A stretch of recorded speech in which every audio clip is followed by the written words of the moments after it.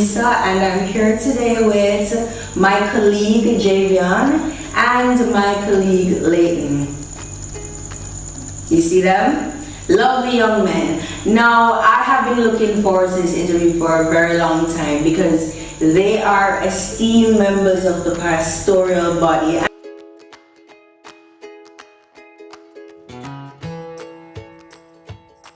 And they're also psychology majors. So this should be a very interesting story and a very interesting conversation.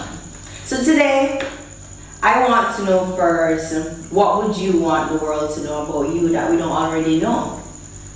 All right, Nerissa, thank you so much for having us on your channel.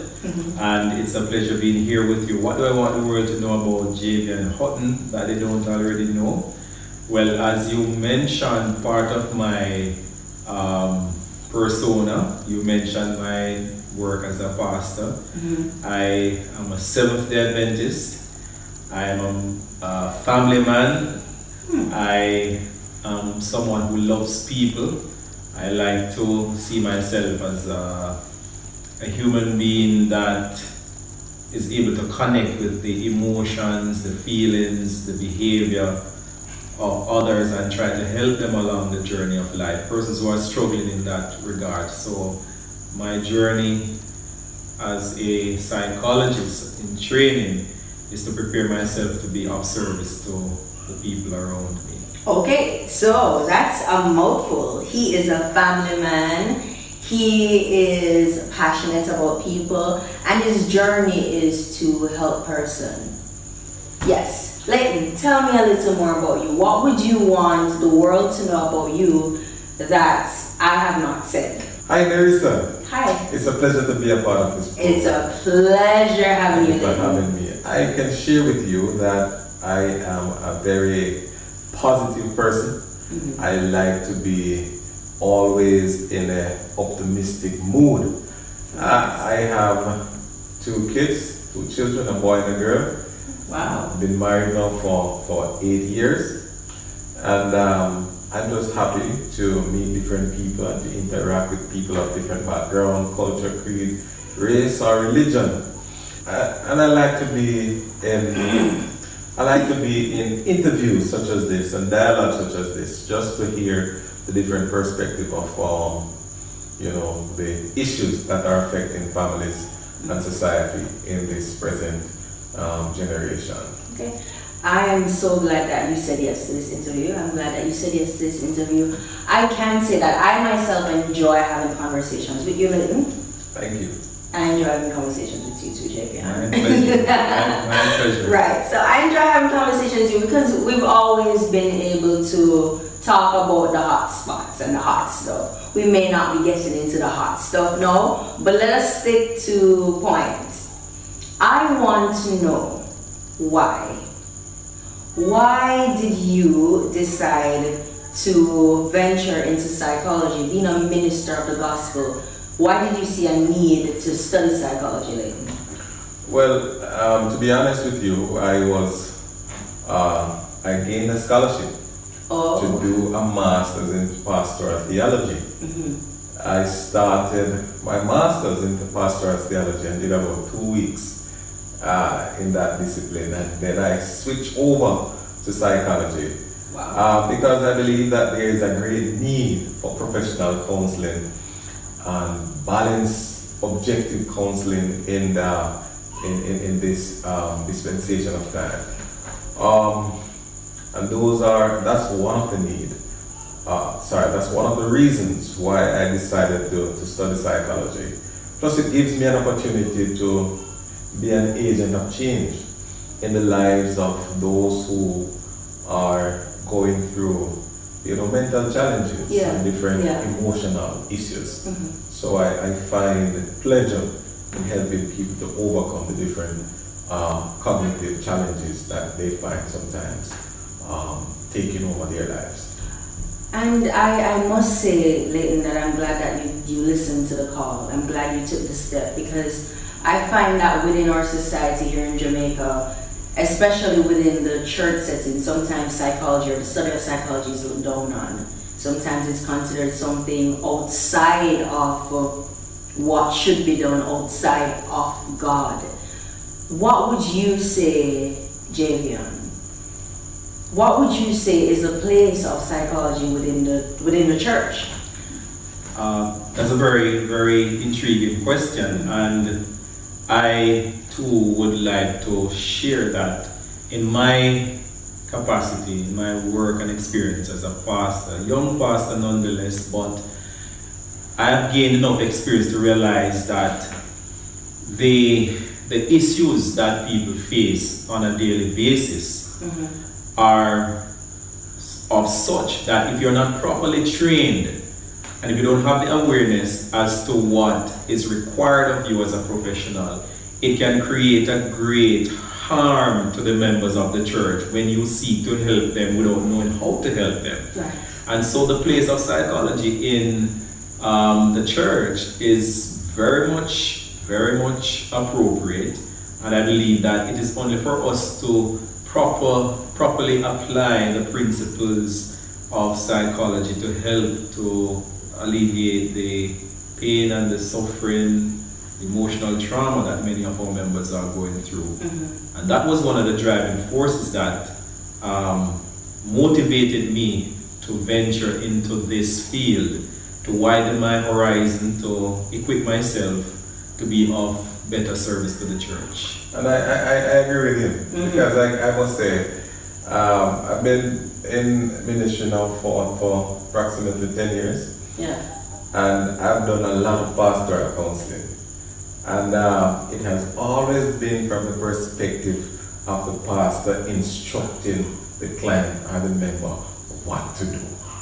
But what we call it now in cricket a googly, what a difference it made when I started studying psychology, and I understand that that is totally against the protocols or the right practices within psychology, you know, and so it helps to furnish a path of the necessary skills to do proper counseling. It's and I see what you're saying, and I understand the need, and that is why I want persons to be aware that there are ministers who are equipped and who are making themselves even more equipped to handle the different struggles and the different things that their members are going through within the congregation. So we're saying that there's a need for psychology in the church. We're saying that there's a need for psychology in the pastoral ministries. Right. The question is, have you ever seen for yourself a time, has there ever been a time where there's been a lack of that caused you to feel as if I need to make this step? Have you ever seen that? Yes, there's a thin line between, what we call a spiritual attack or demon attack versus cognitive or psychological challenge. And oftentimes within church, because we're not able to diagnose the individuals with different challenges properly, we often say they are possessed by demons. Right. When many of the time it is just an let's say a mental breakdown or some form of schizophrenic behavior. You know, so there's an example that I want to share with you. A sister visited church once, and I had some persons. I wasn't at church, but the prayer leader and other members of the church took her and started praying for her. So much so that she started to behave in, unnatural manner. And instead of calling the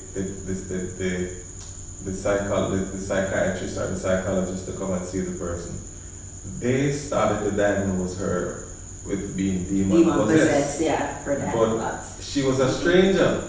But it wasn't until we started investigating the matter, because they called me and I told them to take the lady to the hospital so that she can be assessed. Only to discover that she has been a patient there. She's a patient for a while, and so she ran away from home.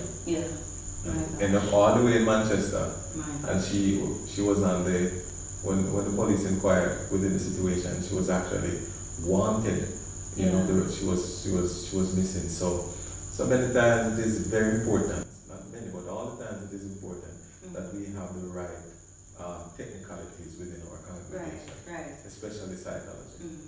It's important to be equipped, and that is what we're saying. So I want to make it clear, as ministers, what my guests are saying is that there is a need for psychology within the church, within the body of Christ. However, they are not saying that there's an absence of spiritual attacks, or there's an absence of the need for deliverance and things that have been taking place within the church. What we essentially are saying is that there's need for more than that. There is need for more than that. And it's quite similar to, let's say, if a member of the church were to get sick with a particular illness, such as diabetes or cancer or something of the sort. It is okay for that member to see a doctor, a practitioner, a medical practitioner. And in that same way, we are saying there are mental illnesses. Depression is one of the most common illnesses that is experienced throughout the entire world. All right, 3% of Jamaicans have been diagnosed with depression. And I say this as being 3% of Jamaicans have been diagnosed with depression. However, with that, Jamaicans are not really for getting mentally assessed.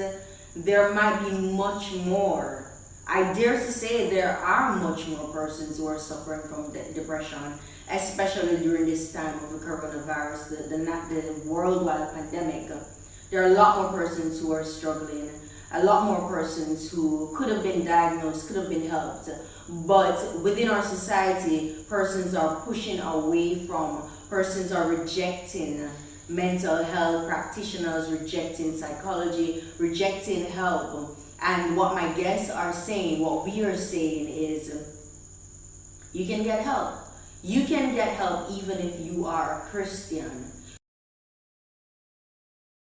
Because I'm sure the Bible speaks to that.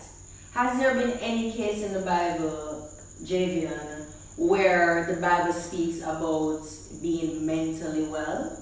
Of course, and the principles of health, even as is expressed in the scripture, it speaks of the body, the mind, the complete being. Right. Because it is not only to be healthy physically, because the Bible speaks of, I wish above all things that thou prosper and be in good health, even as thy soul prospers. So right. The spiritual health goes hand in hand with the mental and the physical health. And so you cannot be completely healthy if you are off in any of those areas, right. Because where the being is one unit. Yeah. So if I'm not doing well mentally, then that will affect how I'm doing spiritually and physically and so on.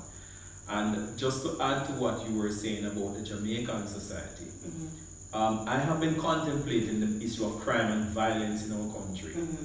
And if it has a link to emotional and mental health issues, right. Because how we deal with stress, how we handle conflicts in this society seem to be stemming towards that issue of persons having mental breakdowns. Because if you consider domestic violence, it's one of the most prevalent issues in Jamaica right now. And so we need to pay a little more attention to that. And the psychologists and psychiatrists in our country have a very important part to play in addressing this issue that government and law enforcement, everybody is stumped as to what is the solution. And of course the church also has a part to play in promoting spiritual well-being. But at the same time, we must be balanced and we must recognize that there is a need for professional help for many of these individuals who are committing crimes. Okay, I agree. Or church needs help. Society as a whole. Our society on the whole needs help. But let us go into the family. I'm sure the family needs help. That is true. And I want to speak to you both because you're men. That's why I wanted to speak to you. We've had so many interviews with women, and I'm not bashing women, I'm a woman, and our points are valid and we're insightful. We're very insightful. But I want to hear from a fresh perspective. I want to hear from the men about what's happening within the family society. I want to hear about what the issues are that men are going through and how it is that we women can be better, or how it is that you think you men can be better. Let's talk about this after.